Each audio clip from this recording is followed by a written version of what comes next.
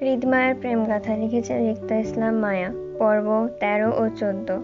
আসিফ বলতে বলতে থেমে যায় হৃদের নিশ্চল অবস্থা দেখে, কারণ ততক্ষণে হৃদ ল্যাপটপের কিবোর্ডের ওপর কপালে ঠেকিয়ে গা ছেড়ে পড়ে রইল প্রশ্ন করা থেকে।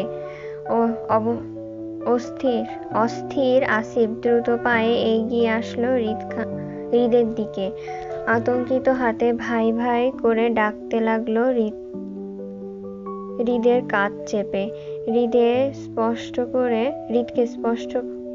স্পর্শ করে আসিফ বুঝতে পারল হৃদের বেগতিক শরীর তীব্র কম্পন হওয়ার বিষয়টা।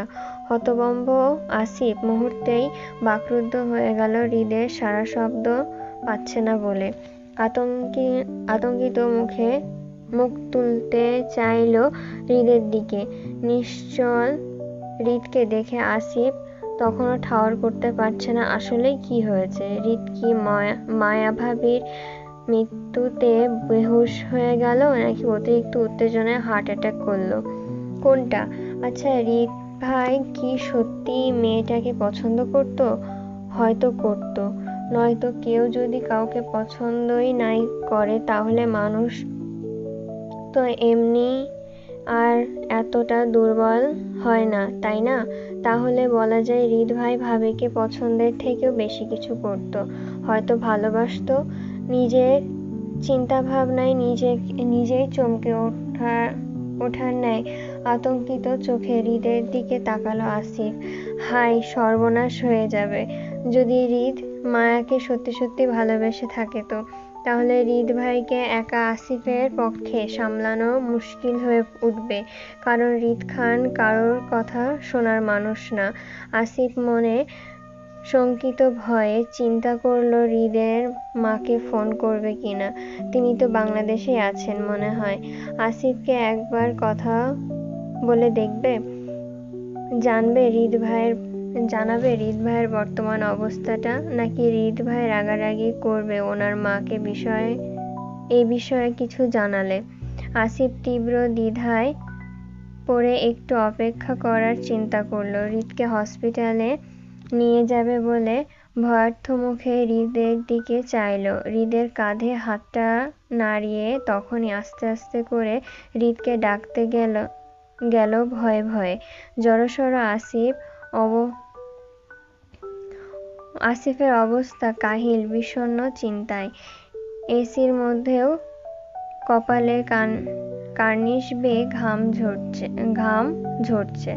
বিষণ্ণ আসিফের চিন্তা আরো বেড়ে গেল যখন অনেকটা ডাকার পরেও হৃদের কোনো রেসপন্স পেল না। ভয়ার্থ আসিফ তখনই শিওর হলো যে আসলে কোনো কিছু ঠিক নেই। দ্রুত হৃদকে হসপিটালে শিফট করার দরকার। উত্তেজিত আসিফ যখন দ্রুততার সঙ্গে নিজের পকেট থেকে ফোন নিয়ে অস্থিরতায় কল দিতে চাইল বডিগার্ডদের, কিন্তু তখনই মাঝে কল আসলো আরিফের। তাড়াহুড়োয় কোনো কিছু না ভেবেই উত্তেজিত আসিফ তৎক্ষণাৎ ফোন রিসিভ করলো আরিফের।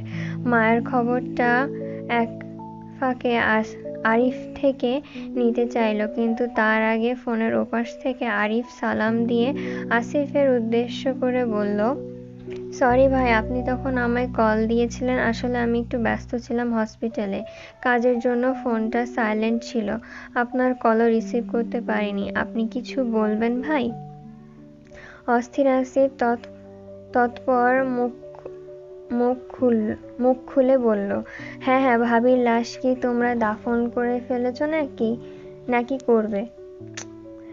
আসি ফোনের ওপাশে শান্ত থাকা আরিফ হঠাৎ চমকে উঠল আসিফের মুখের ভাবির লাশের কথা শুনে। এক মুহূর্তের জন্য আরিফও বোকা বনে গেল।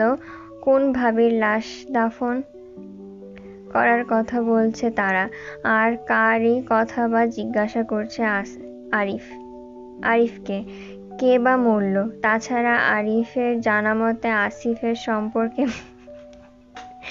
সম্পর্কে ভাবি হয় এমন কোনো নারী তো সে চেনে না। তাহলে কার কথা আসিফ এতক্ষণ অস্থিরতায় জিজ্ঞাসা করছে? হতবাক আরিফ আসিফকে আসিফের কথা বুঝতে না পেরে অবুঝ গলায় প্রশ্ন করলো, কার কথা জিজ্ঞাসা করছেন ভাই? কে মারা গেছে? আমি তো কাউকে চিনতে পারছি না। আমার কাছে তো কারো মৃত্যুর সংবাদ আসেনি ভাই। আসিফের কথায় খানিকটা আরিফের কথায় কিছুটা চমকিত ন্যায় আসিফ শুধালো, মানে তুমি না বললে তুমি হসপিটালে আছো, আর তোমার কাছে খবর আসলো তোমার পরিবারের কে জানি মারা গেছে আজ? এর জন্যই মূলত তোমার খোঁজ খবর নিতে কল দিয়েছিলাম আর কি। না ভাই, আপনি হয়তো ভুল শুনেছেন কোথাও থেকে। আলহামদুলিল্লাহ, আমার পরিবারের সবাই ভালো আছে, সুস্থ আছে, কারোর কিছু হয়নি। তবে আমি হাসপাতালে আছি কারণ আমার বোনের হবু শ্বশুর শাশুড়ি 2 দিন আগে অ্যাক্সিডেন্ট করেছিল, তাই ওদের নিয়ে আপাতত হসপিটালে আছি। এখন অবশ্য ওনারাও ঠিক আছেন। তবে আপনাকে যে বা যারা আমার পরিবার সম্বন্ধে বলেছেন তারা হয়তো ভুল তথ্য দিয়েছেন। আসিফের কথায় আশার আলো জেগে উঠল আরিফের মনে। মায়ের কথা উল্লেখ করে শিওর হতে চাইল, তুমি শিওর তো তোমার পরিবারের সবাই ভালো আছে? না মানে শুনলাম তোমার ছোট বোন মায়া নাকি অ্যাক্সিডেন্টে মারা গেছে আজ সকালে। হতবাক আরিফ খানিকটা বিরক্তি বোধ করল মায়াকে নিয়ে এমন বিভ্রান্তিকর সংবাদ শুনে। সে মাত্র কিছুক্ষণ আগে মায়া ও তার পরিবারের সঙ্গে কথা বলেছে। মায়া জুঁই দুইজনেই চট্টগ্রামে চলে যাবে আজ রাতের ট্রেনে। এই জন্য সবকিছু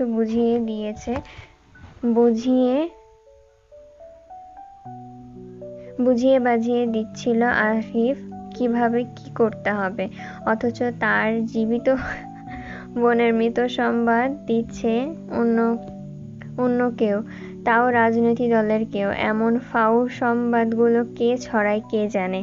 তারপর আবার আরিফের বোনকে নিয়ে, কিন্তু কেন?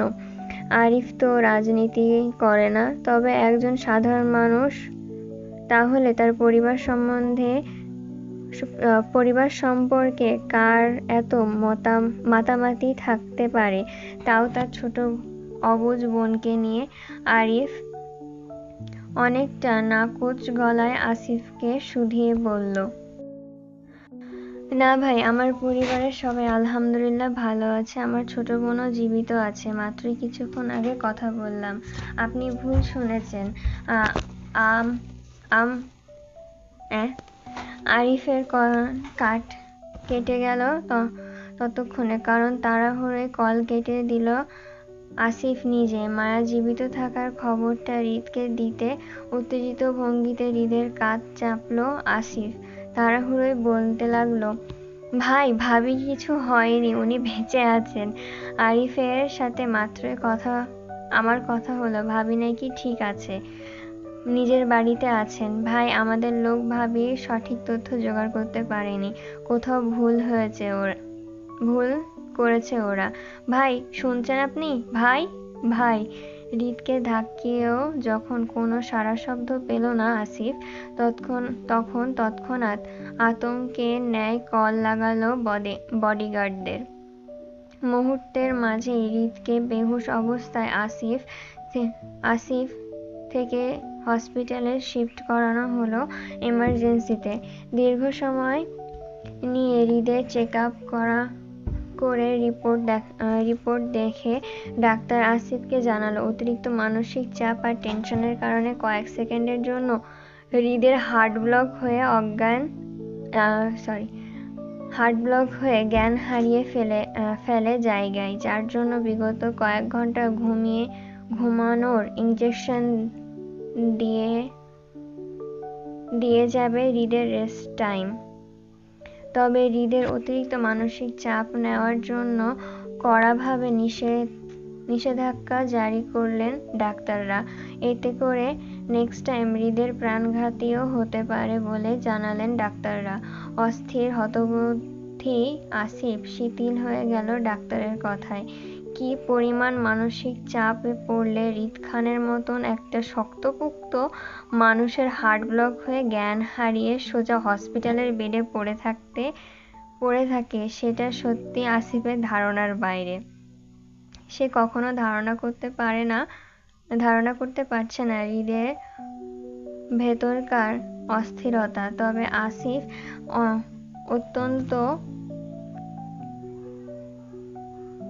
অত্যন্ত এতটাই বুঝতে পারছে যে হৃদ খানের জীবনে মায়া নামক মেয়েটির প্রভাব অনেক জুড়েই রয়েছে।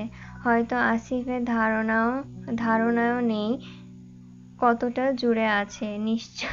নিশ্চিত আসিফ হৃদের কেবিনের সোফায় চিন্তিত আসিফ হৃদের কেবিনের সোফায় বসে থাকলো মাথা ঝুঁকিয়ে। বাইরে বডিগার্ড পাহারায়। পরিবারের কেউ আসেনি, কারণ আসিফ এখনো হৃদের পরিবারের কাউকে জানাবেও না কিছু কারণবশত। তাছাড়া ডাক্তার বলেছে রাতের মধ্যেই হৃদের জ্ঞান ফিরলে আসিফ কিভাবে জবাব দিবে সেটা নিয়েও আপাতত সে চিন্তিত। মানছে আসিফের একটা ভুলের জন্য তার হৃদ ভাই আজ হসপিটালে, কিন্তু এতে তো আসিফের কোনো হাত ছিল না।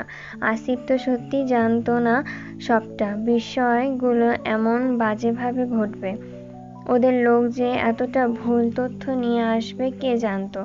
এখন আসিফের জন্য সবচেয়ে ভয়ের বিষয় হলো হৃদের জ্ঞান ফেরার পর যদি হৃদ শুনতে পায় আসিফের দেওয়া সংবাদটা সম্পূর্ণ মিথ্যা, আসলে এমন কিছুই হয়নি, মায়াও সুস্থ এবং জীবিত আছে, তাহলে নিশ্চয়ই তাণ্ডবে ঘূর্ণিঝড় বয়ে যাবে আসিফের উপর দিয়ে হৃদকে এমন ভুলভাল তথ্য দেওয়ার জন্য। আল্লাহ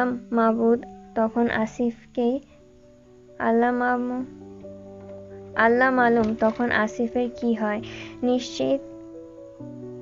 চিন্তিত আসিফের বিষণ্ণতার ঘোরে মাঝে কাটলো বিগত 8 ঘন্টা।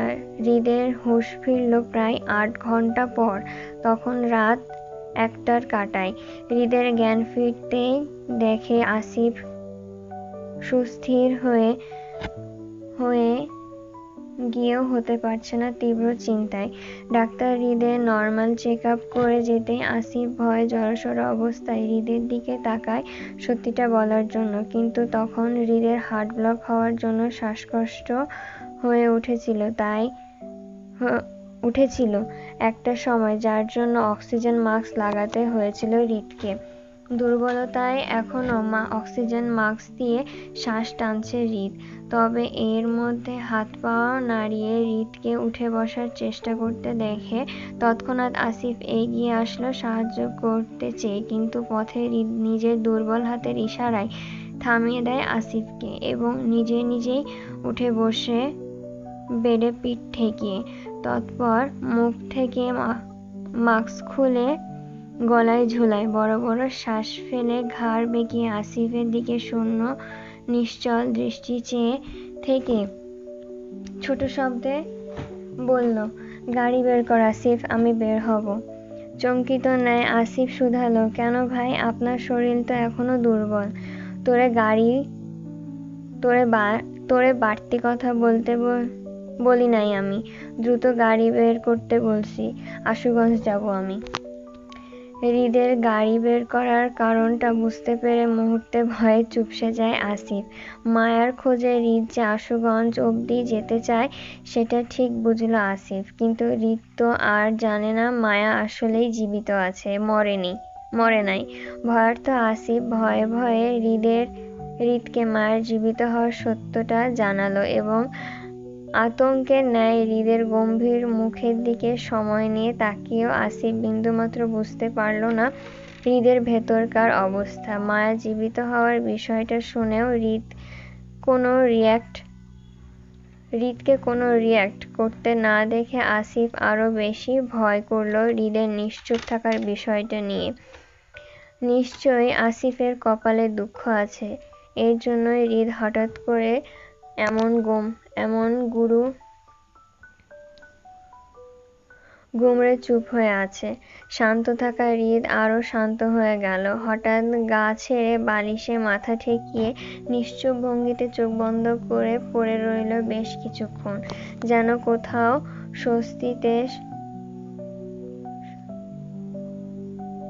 স্বস্তির সন্ধান খুঁজে পাচ্ছে হৃদ। জড়সড় আসিফ খানিকটা দ্বিধায় পড়ে গেল হঠাৎ হৃদের শান্তিমতো শুয়ে পড়তে দেখে। আসিফ ধারণায় আসলো হয়তো হৃদ ওর কথা শুনতে পায়নি, এর জন্যই কিছু বলেনি। তাই আসিফের দায়িত্ব হৃদকে পুনরায় একই কথাগুলো আবারও বলা। আসিফ অনেকটা রহস্যে দ্বিধা কাটিয়ে জড়সড় হয়ে কিছুক্ষণ নিশ্চুপ ভঙ্গিতে দাঁড়িয়ে থেকে আবারও হৃদকে ডাকতে লাগলো পুনরায়।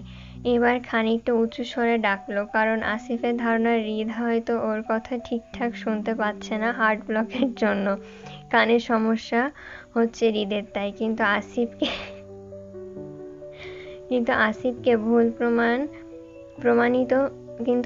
ভুল প্রমাণিত হলো তখন যখন হৃদের দক্ষ হাতে থাপ্পড় পড়ল ডান গালে।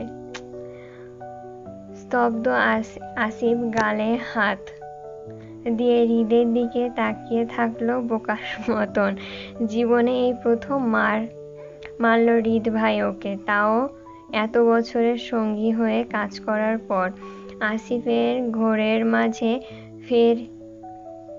মাঝে ফেলে হৃদ কেবিন থেকে বের হয়ে গেল ততক্ষণে, খালি পায়ে অক্সিজেন মাস্ক, স্যালাইন নল টেনে খুলতে। হৃদ এমন ক্ষোভে কোথায় গেল আসিফ জানে না, তবে সেও তৎক্ষণাৎ হৃদের পেছন ছুটল। হৃদের চলে যাওয়া দেখে গালে হাত দিয়ে আর হৃদের পেছন ডেকে বলতে লাগলো, ভাই কোথায় যাচ্ছেন আপনি এই অসুস্থ শরীরে? ডাক্তার বলেছে আপনাকে রেস্ট নিতে। ভাই প্লিজ যাবেন না আপনি, ভাই। হৃদ শুনল না আসিফের বারণ, বরং দুর্বল শরীরে বের হয়ে গেল তখনই হসপিটাল থেকে। চিন্তিত আসিফ সেও হৃদের পেছন দৌড়ল গালে হাত দিয়ে। আর যাই হোক, হৃদ ভাইকে তো আর একা ছাড়া যাবে না এই অবস্থায়, তাই না? তাহলে বিপদ তো আরো বাড়বে। তাছাড়া দোষটা তো আসিফের ছিল না বেশি, তারই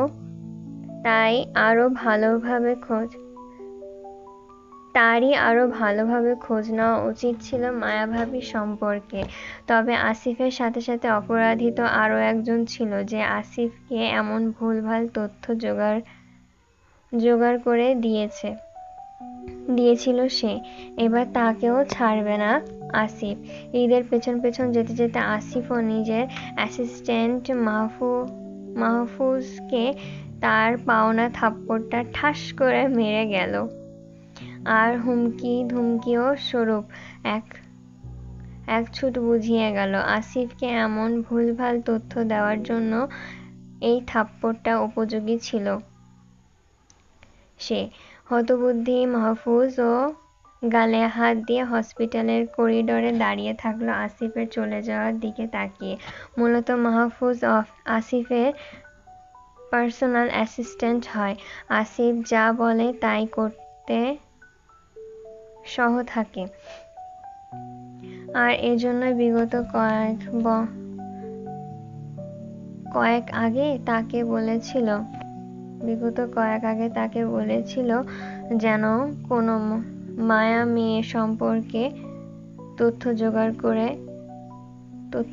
করতে, এবং সেটাই করে। লোক লাগিয়ে মায়া মেয়েটির সম্পর্কে তথ্য জোগাড় করেছিল মাহফুজ। কিন্তু ফাজিল ছেলেগুলো যে ওনাকে মেয়ে সম্পর্কে এমন ভুল তথ্য দিবে কে জানতো। আজ মাহফুজের গালে আসিফের দেওয়া থাপ্পড় তাহলে ওই ছেলেগুলোরও পাওনা হয়ে গেল, কারণ ওদের ভুলের তথ্যর জন্যই তো মাহফুজ আসিফের হাতে শক্ত থাপ্পড় খেল। তাই মাহফুজও দৃঢ় মনে ঠিক করে নিল, কাল সকালে সব কয়টাকে একটা করে থাপ্পড় লাগাবে শুধু আজকের থাপ্পড়ের জন্য। সকাল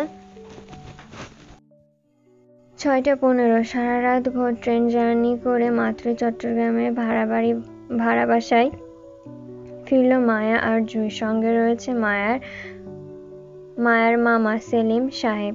চট্টগ্রাম স্টেশন থেকে মুরাদপুরে মায়াদের বাসা মাত্র ২০ মিনিটের রাস্তা। মায়া আর জুই যখন স্টেশনে পৌঁছায় তখন সেখানে পূর্ব থেকে উপস্থিত ছিল মায়ার মামা সেলিম সাহেব। মূলত উনি মায়া আর জুইকে সেফলি বাসায় পৌঁছে দিয়ে যাবেন জেএসসি মোড়, ওনার নিজের ফ্যাক্টরিতে। ব্যবসায়িক মানুষ তিনি, তাই সময়ের পাক্কা হিসাব ওনার কাছে আছে। সকাল সকাল মায়াদের বাসার গেটের সামনে রিকশা থামাতেই একে একে নিজেদের ব্যাগপত্র নিয়ে নেমে আসলো মায়া আর জুই। আপন রিকশা থেকে সেলিম সাহেব ভাড়া মিটিয়ে তৎক্ষণাৎ এগিয়ে আসলো দুই ভাগ্নির দিকে। কাপড় চোপড়ের ব্যাগ ছাড়াও এক্সট্রা খাবারের ব্যাগ ছিল অনেক, আশুগঞ্জ থেকে নিয়ে আসা সব। সেলিম সাহেব মায়াদের রিকশার ভাড়া মিটিয়ে দিয়ে কিছু ভারী ব্যাগ নিয়ে হাঁটা ধরল বাসার পথে। পিছ জুইও হাঁটল কিছু ব্যাগ গুছিয়ে। বাকি পেছনে রয়ে গেল মায়া, যার জন্য মায়া নিজের ভাগের ছোট ছোট কাপড়ের ব্যাগগুলো একত্রে গুছিয়ে নিচ্ছিল নেওয়ার সুবিধার্থের জন্য। এজন্য মূলত মায়ার কোমর ঝুঁকিয়ে ব্যাগগুলো একত্রে করার সময় হঠাৎই কোথা থেকে কেউ একজন মায়ার ডান হাতের বাহু হ্যাঁচকা টেনে মায়াকে সোজা করতে করতে মায়ার মুখে অস্পষ্ট স্বরে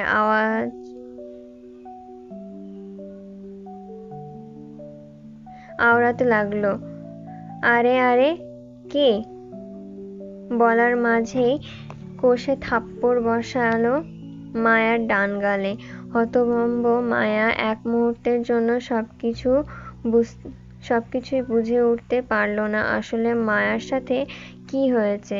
বরং তবদা খেয়ে যাওয়ার ন্যায় মায়া ডানে ঝুঁকে পড়ল। বাম গালে হাত ছোঁয়াতে যাবে তখনই অতঃপর বাহুর টানে মায়াকে তৎক্ষণাৎ সোজা করতে করতে অপর গালে থাপ্পড় বসালো মায়ার। পরপর দুটো থাপ্পড়ের দাপটে মুহূর্তের মাঝেই তবদা খেয়ে গেল মায়া। শরীর টলিয়ে উঠে চোখে অন্ধকার দেখা দৃষ্টি তুলে কোনো রকম সামনে তাকাতেই চাইল। তখনই মায়ার হালকা আবছা দৃষ্টিতে ভিড়ল কারো রাগান্বিত লাল ক্ষুব্ধ মুখোদয়। মায়া ভালো করে চোখ টেনে লোকটার দিকে তাকাতেই চাইলে পুনরায় দাবাং হাতে থাপ্পড় পড়ল মায়ার টন টন করা ব্যথা গালে, তাও একই ব্যক্তি থেকে। পরপর ৩ বারে থাপ্পড়ে গালের চাপাসহ নড়ে উঠল মায়ার। ব্যথা কাতরে উঠে সহ্য করতে না পেরে তখনই হু হু শব্দ করে কেঁদে ওঠে রাস্তায়। কে বা কারা এমন নির্দয়ভাবে মায়াকে মারছে তাও জানে না মায়া। তবে লোকটার থাপ্পড়ের দাপটে মায়া ঠিকঠাক চোখেও দেখছে না। শুধু কানে একটু করে আসছে কারো রাগান্বিত ফুসফুস নিঃশ্বাসের শব্দ। মায়া ধরে নিল সামনের মানুষটাই হয়তো এমন রাগান্বিত ফুসফুস নিঃশ্বাসের শব্দ হবে। ক্রন্দনরত মায়া দুহাতে নিজের দুগাল আঁকড়ে ধরে হু হু শব্দ করে কেঁদে ওঠে। কাঁদতে কাঁদতে মায়া কয়েক সেকেন্ডের মধ্যে নিজের চোখ তুলে সামনে তাকাতেই মায়ার চোখের দৃষ্টি ভিড়ল হৃদের রাগান্বিত হিংস্র মুখে।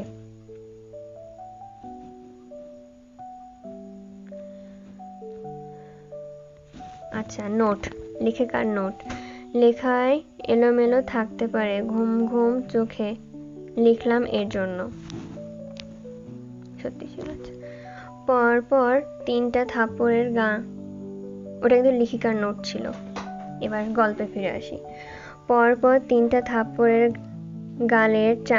গালের মাড়িসহ নড়ে উঠল মায়ার। ব্যথা কাতরে উঠল সহ্য করতে না পেরে। তৎক্ষণাৎ কেঁদে উঠল হুহু শব্দে। কে বা কারা মায়াকে এমন নির্দয়ভাবে মারল তাও জানা নেই মায়ার। লোকটার পরপর থাপ্পড়ে মায়া ঠিকঠাক দেখার সুযোগই পায়নি মানুষটাকে। তবে যেটা মায়ার কানে এসেছে সেটা হলো কারোর রাগান্বিত ফুসফুস নিঃশ্বাসের শব্দ।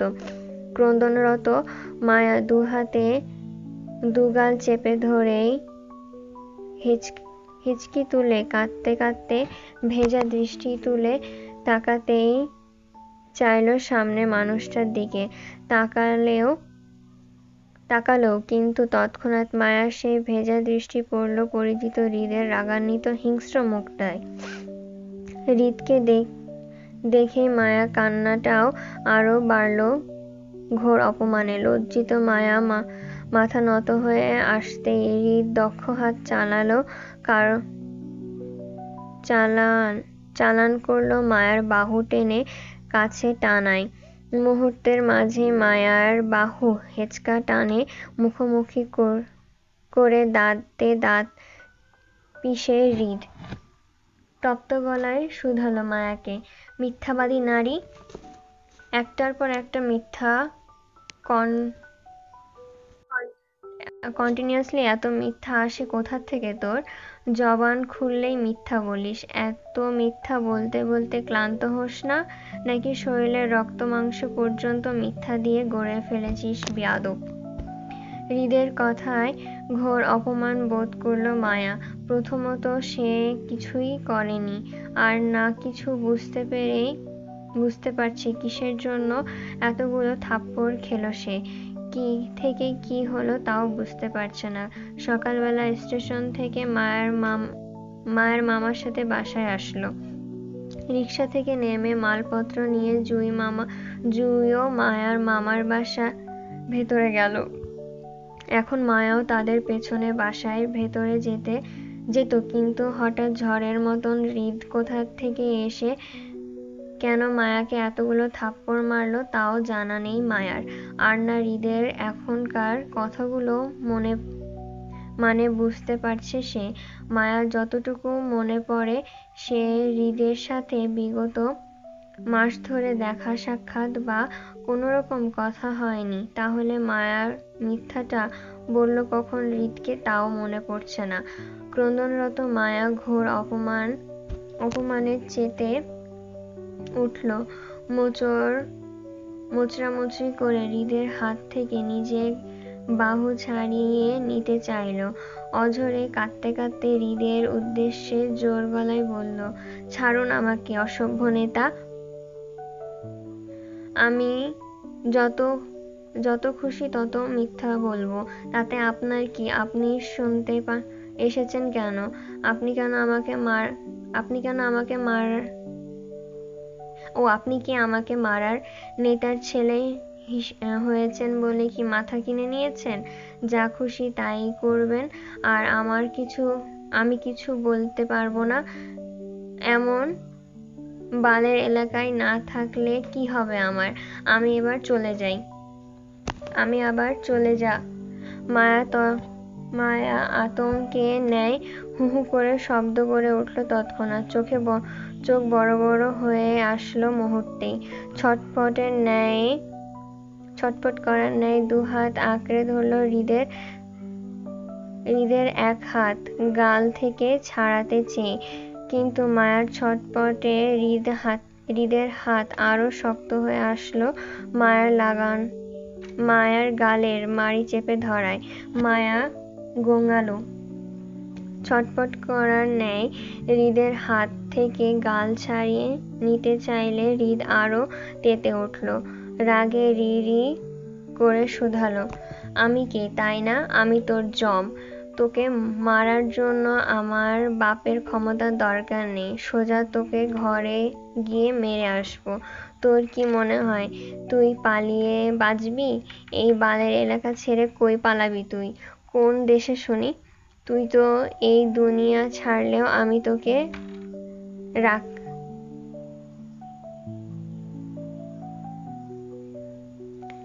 কি লিখেছে, তুই তো এই দুনিয়া ছাড়লেও আমি তোকে রাখাই দিব না, পরকালেও আমার দাবি থাকবে প্রথমে। তোর তো সব পথই বন্ধ। ছটফট করার ন্যায় মায়া হঠাৎই হৃদের হাত কামড়ে ধরল। হৃদ আশব্দে তৎক্ষণাৎ হাত ঝাড়া দিয়ে মায়ার গাল ছেড়ে দিতেই মায়া চেতন গলায় শুধালো, আমি মরলেও যখন রেহাই পাবো না তখন আপনি মরে যান আর আমাকে রেহাই দিন। তারপরও রেহাই দিন, আমি আর পাচ্ছি না। আল্লাহর ওয়াস্তে আমাকে রোজ রোজ অপমান করা ছাড়ুন প্লিজ। মায়ের কথায় হৃদ পুনরায় মায়ের বাহু শক্ত হাতে করে টেনে রাগে কটমট করে বলল, তুই তো প্রথম থেকেই চাইতি আমি যেন মরে যাই। এর জন্যই আহত অবস্থায় সেদিন রাতে একা ফেলে পালিয়ে গিয়েছিলি। আজও তোর জন্যই মরতে মরতে বাঁচলাম। তোর কি মনে হয় আমি মরলে তোকে দুনিয়াতে একা রেখে যাব তোর নাগরের সঙ্গে সংসার করতে? আমাকে তোর এতই দয়ালু মনে হয়? আমি মরলেও তোর সলিড বিহিত করে মরতাম, যাতে দ্বিতীয় কোনো পুরুষের সঙ্গে তুই নিতে না পারিস। আরেকটা কথা, এতদিন শুধু সন্দেহ ছিল, এখন শিওর হয়ে বলছি, আমার সাথে ট্যারামি করবি তো সোজা প্রাণে মারবো। মিথ্যা বলবি না, পালানোর চেষ্টা তো মোটেও করবি না, কারণ লাভ নেই। তোর 14 গোষ্ঠী জন্মকুণ্ডলী পর্যন্ত আছে আমার কাছে, তাই বারবার পালানোর সুযোগ পাবি না। হৃদের সব কথাগুলোই কেমন মাথার উপর দিয়ে গেল মায়ার। সবকিছু ধোঁয়াশার ন্যায় ঠেকল। মায়ার যতটুকু মাথায় আটলো সেটা হলো, হৃদ সাংঘাতিক বাজে আর অসভ্য প্রকৃতির মানুষ। হৃদের কাউকে অপমান করতে কারণ লাগে না, ক্ষমতার দাপটে এমনি চড়িয়ে বেড়ায়। বাজে লোক। মানুষকে মানুষ মনে করে না, যেমনটা মায়াকে মনে করে না সে। মায়াকে অকারণে অহেতুক অপমানিত করে হৃদ শান্তি পায়। যে মায়া হৃদের চিরশত্রু হয়, যেন মায়া হৃদের চিরশত্রু হয়। কিসের শত্রুতা আমি আপনার? আমার সাথে কেন বারবার আমাকে অপমান করতে আসছেন? হৃদের পরিচয় সম্পর্কে মায়া কিছু বলল না, বরং হৃদ আগের ন্যায় কটমট করে শুধালো, তোর সাথে আমার সারা জীবনের শত্রুতামি, চিরশত্রু হোস তুই আমার। হয়েছে এবার, যা বাসায়। কথাগুলো বলতে বলতে হৃদ মায়াকে হালকা ধাক্কা দিয়ে নিজের থেকে দূরে সরিয়ে দিয়ে হনহন করে উল্টো পায়ে হেঁটে গাড়ির দিকে চলে যায়। ঠিক যেই তেজে এসেছিল একই তেজে আবারও গিয়ে বসলো গাড়ির পেছনের সিটে। আসিফ হৃদকে গাড়ির পেছনে বসতে দেখে লাফ দিয়ে গিয়ে ড্রাইভিং সিটে বসে পড়ল, স্টিয়ারিং চেপে। মূলত সে এতক্ষণ যাবৎ গাড়িতে বসে নীরব দর্শক হয়ে ছিল হৃদের রাগ মায়ার প্রতি দেখে। আসিফ বুঝতে পেরেছে হৃদের এত রাগার কারণ। হয়তো এই মুহূর্তে মায়ারও জানা নেই হৃদ কেন এত রাগ করলো, তবে একটা সময় ঠিকই বুঝতে পারবে মায়া। তখন আজকের দিনটার কথা খুব মনে পড়বে হয়তো। আসিফ প্রথমে হৃদের পেছন পেছন গাড়ি থেকে বের হতে চেয়েছিল, কিন্তু পথিমধ্যে হৃদ মায়াকে থাপ্পড় লাগাতে দেখে আর সাহস করে বের হয়নি, বরং আধখোলা গাড়ির দরজা চাপিয়ে লাগিয়ে চুপচাপ গাড়িতে বসে পড়ে নীরব। কারণ সে জানত আপাতত তার এখানে কোনো কাজ ছিল না। তাছাড়া সে যদি হৃদের পেছন পেছন যেত তাহলে মায়ের থাপ্পড়গুলোর সাথে সাথে আসিফও কয়েকটা থাপ্পড়ের ভাগ পেত হৃদের থেকে। আসিফ অলরেডি একটা থাপ্পড় খেয়েছে হৃদের হাতে রাতে, তাই এখন আর পাকামো করে হৃদের পেছন পেছন গেল না। চুপচাপ আসিফ হৃদের ভয়ে মুখ বন্ধ করে গাড়ি স্টার্ট করলো। ড্রাইভিং স্টিয়ারিং ঘোরাতে ঘোরাতে মিরর দিয়ে এক পলক দেখে নিল পেছনে বসা হৃদকে। হৃদ সিটে পিঠ ঠেকিয়ে চোখের উপর হাত ভাঁজ করে রেখে শোয়া। সারা রাত জার্নি করে ক্লান্ত বোঝা যাচ্ছে। ঢাকা থেকে চট্টগ্রাম মুরাদপুর পর্যন্ত টানা 10 ঘন্টা রাস্তায় 8 ঘন্টা গাড়ি চালিয়ে দ্রুত এসে পৌঁছেছে হৃদ শুধু মায়াকে ধরতে। প্রথমে ওরা আশুগঞ্জ গিয়েছিল মায়ার খোঁজে, কিন্তু পথিমধ্যে কৌশল করে আসিফ আরিফকে ফোন করে জেনে নেয় মায়ের বর্তমান অবস্থান সম্পর্কে। মায়া চট্টগ্রামে এসেছে জেনে পরপর হৃদও গাড়ির স্পিড বাড়িয়ে দ্রুত এখানে এসে পৌঁছালো। সকাল সকাল হৃদের গাড়ি দেখে দারোয়ান দ্রুত গেট টেনে খুলে দিতেই আসিফ গাড়ি নিয়ে বাড়ির ভেতরে প্রবেশ করলো। বাড়ির সামনেই মালির সাথে দাঁড়িয়ে আরাফ খান পাইপ লাগিয়ে গাছে পানি দিচ্ছিলেন তিনি। হঠাৎ করে গাড়ির হর্ন কানে আসতেই চমকে উঠে সামনে তাকাতেই চোখ পড়ল হৃদের কালো মার্সিডিজ গাড়িতে। চমকিত আরাফ খান কপাল কুঁচকে হাতের ঘড়িটাতে সময় দেখতে চাইল কয়টা বাজে, কিন্তু খালি হাতে দেখে ওনার মনে পড়ল ঘড়িটা এখনো পরা হয়নি হাতে। রাতে খুলে রেখেছিল আর ফজরের নামাজের পর পরা হয়নি। কিন্তু কিছুক্ষণ আগে মাত্রই ফজরের নামাজ পড়ে মসজিদ থেকে আসলো উনি। গায়ে সাদা পাঞ্জাবির সাথে সাথে এখনো মাথার টুপি রয়েছে। উনি বিষণ্ণে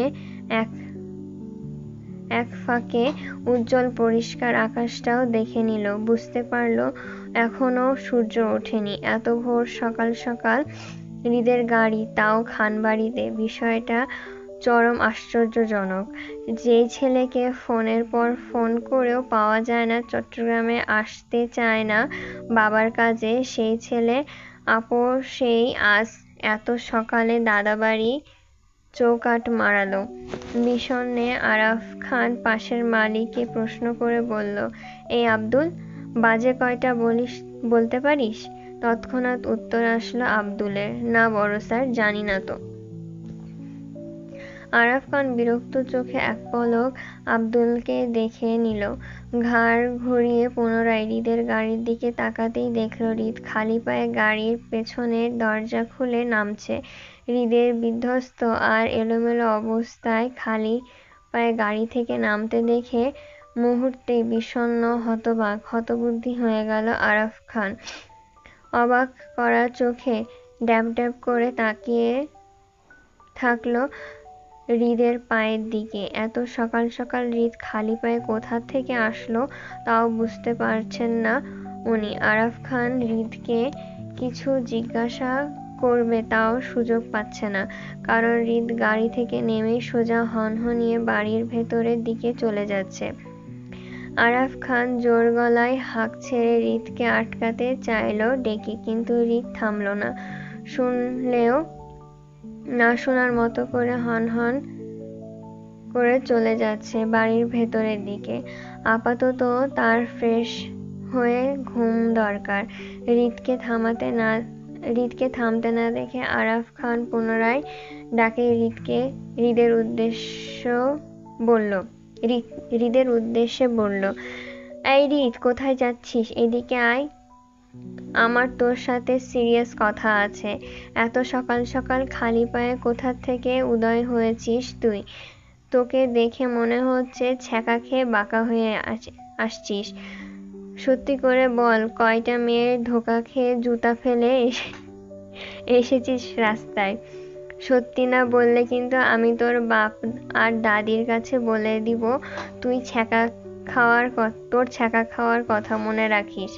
হৃদ আরাফ খানের কথা কানে না তোলার মতো করে সোজা চলে গেল বাড়ির ভেতরে।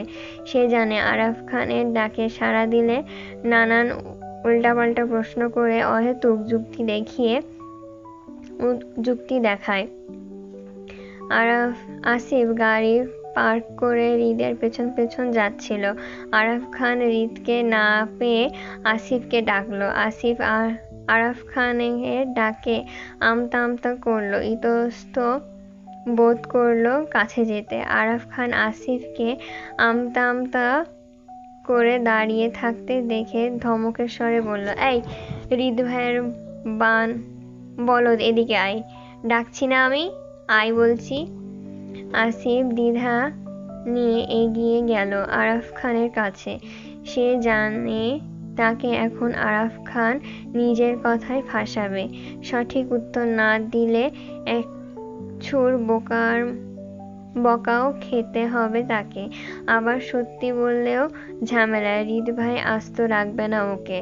আজ তো শুধু একটা থাপ্পড় দিয়ে ছেড়ে দিয়েছে, কিন্তু এইবার সত্যি বললে হৃদ ভাই সোজা গুলি করে উপরের টিকিট ধরিয়ে দিবে আসিফকে। আসিফ মনে মনে ভীষণ ভয় পেল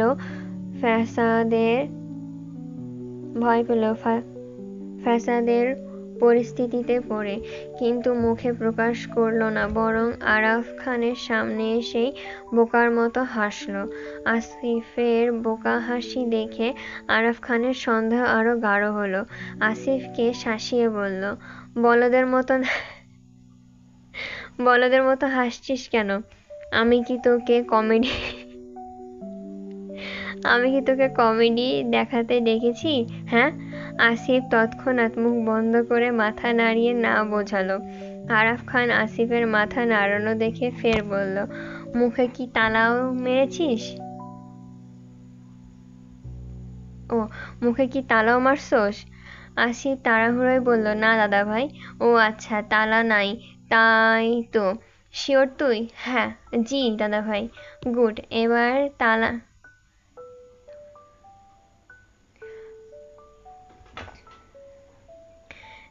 এবার তালাবিহীন জবানে সুন্দর করে ফটাফট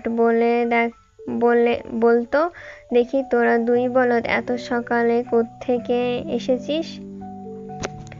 যেটার ভয় ছিল সেটাই হলো। আরাফ খান আসিফকে এমন প্রশ্ন করবে সেটা সে প্রথম থেকেই জানতো। এজন্যই তো সে আসতে চায়নি, হৃদের পেছন পেছন পালিয়ে যেতে চেয়েছিল। কিন্তু আরাফ খানের ঈগলের চোখে ঠিকই ধরা পড়ে গেল।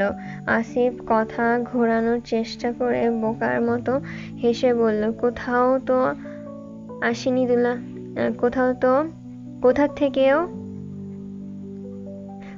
থেকেও আসেনি দাদা ভাই, এমনি এমনি আর কি। এমনি কি, আকাশ থেকে পড়েছিস মাটিতে? আমতা আমতা করে বলল আসিফ। না আসলে দাদা ভাই, আসিফের কথা শেষ করতে না দিয়ে ফের আরাফ খান বলল, আমরা কি, নিশ্চয় মারামারি করে এসেছিস তোরা। হৃদের অবস্থা দেখলে বোঝা যাচ্ছে। তোদের সাথে গরুর বডিগার্ডগুলো কই? আচ্ছা, আনিসনি সাথে? আরাফ খানের কথা মনে মনে স্বস্তি নিঃশ্বাস ফেলল আসিফ, সত্যি লুকাতে পেরে। আরাফ খানের কথায় রেশ টেনে বলল, আমাদের বডিগার্ডগুলো সবাই রাস্তায় আছে দাদা ভাই, ঘন্টা দুয়েকের ভেতরে চলে আসবে হয়তো। আসলে আমাদের কোম্পানির কাজ ছিল চট্টগ্রামে, এর জন্যই আমি আর ভাই আগে আগে চলে এসেছিলাম রাতে আর কি। তাহলে তোর আর তোর ভাইয়ের এমন চোরের দশা কেন? কোম্পানির কাজে আসলে তো মানুষ বাবু হয়ে আসে, কিন্তু তোদের দেখে মনে হচ্ছে চুরি করে ধরা খেয়ে কোথায় জুতা ফেলে এসেছিস। না দাদা ভাই, আসলে হৃদ ভাইয়ের জুতা হঠাৎ ছিঁড়ে যাওয়ায় রাস্তায় ফেলে দিয়েছি। মধ্যরাত ছিল বলে নতুন জুতা আর কেনা হয়নি। আমার কাছে আলু বেচিস? হৃদকে জীবনে নতুন জুতা ছাড়া পুরান জুতা পরতে দেখি নাই। তাহলে হৃদের জুতা ছিঁড়ব কিভাবে? সত্যি বল যে মারামারি করতে গিয়ে জুতা কোথায় ফেলেছিস বলতে পারছিস না। আরাফ খানের কথায় হাসলো আসিফ, মাথা চুলকিয়ে বলল, এত জুতা জুতা করছেন কেন দাদা ভাই? আপনি হৃদ ভাইয়ের জুতা দিয়ে কি করবেন? তোরে পেটাইয়া বলদ থেকে মানুষ বানাবো। হৃদ ভাইয়ের চামচা। যা ভাগ, রুমে গিয়ে ফ্রেশ হো, নাস্তা কর।